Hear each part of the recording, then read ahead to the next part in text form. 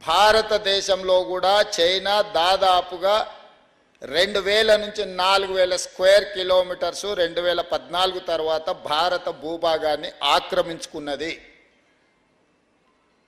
నేను defence committee మెంబర్గా defence కమిటీలో మేము చర్చించిన అంశాలు అధికారికంగా మేము వ్యక్తపరచలేము, కానీ చైనా భారతదేశాన్ని మోర్ దాన్ 2000 స్క్వేర్ కిలోమీటర్స్ ఆక్రమించుకున్నారు. దీని మీద చర్చ చేయడానికి కానీ వాస్తవాలను బయట పెట్టడానికి కానీ పాలకులకు ధైర్యము లేదు, చర్చించే వాళ్ళు లేకుండా పోయినారు. అదేవిధంగా కల్నల్ సంతోష్ బాబు సూర్యాపేటకు సంబంధించిన వ్యక్తి చైనా దురాక్రమంలో భాగంగానే అమరుడైండు.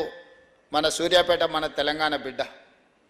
భారతదేశం కూడా యుద్ధాన్ని ఎదుర్కోవడం లేదు అని ఎవరన్నా అనుకుంటే భారతదేశాన్ని ఈ నవీన యుగంలో 2014 తర్వాత చెప్పనించి ఛాతీ వచ్చిన తర్వాత భారతదేశాన్ని ఆక్రమించుకున్న విషయాన్ని చాలామందికి తెలియకపోవచ్చు. తెలుసుకోవాల్సిన అవసరం, చర్చించాల్సిన అవసరం ఈ వేదిక మీద నుంచి చెప్పాల్సిన బాధ్యత నా మీద ఉన్నది. ఇంతకుముందు పెద్దలు వినోద్ కుమార్ గారు చెప్పారు,